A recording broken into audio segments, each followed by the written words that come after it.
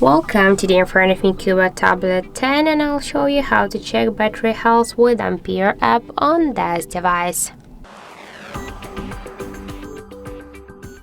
So first we should open Play Store, and here in the search bar we should enter Ampere. And now we should get this application. That's why I tap here to install, and then just wait a couple of seconds while this application downloading and then installing on your device. After that, just tap here to open the app, click yes I agree, pick close. On the left down corner tap to OK, and now here we can see the information about our device battery health, and in my case that's just it's good.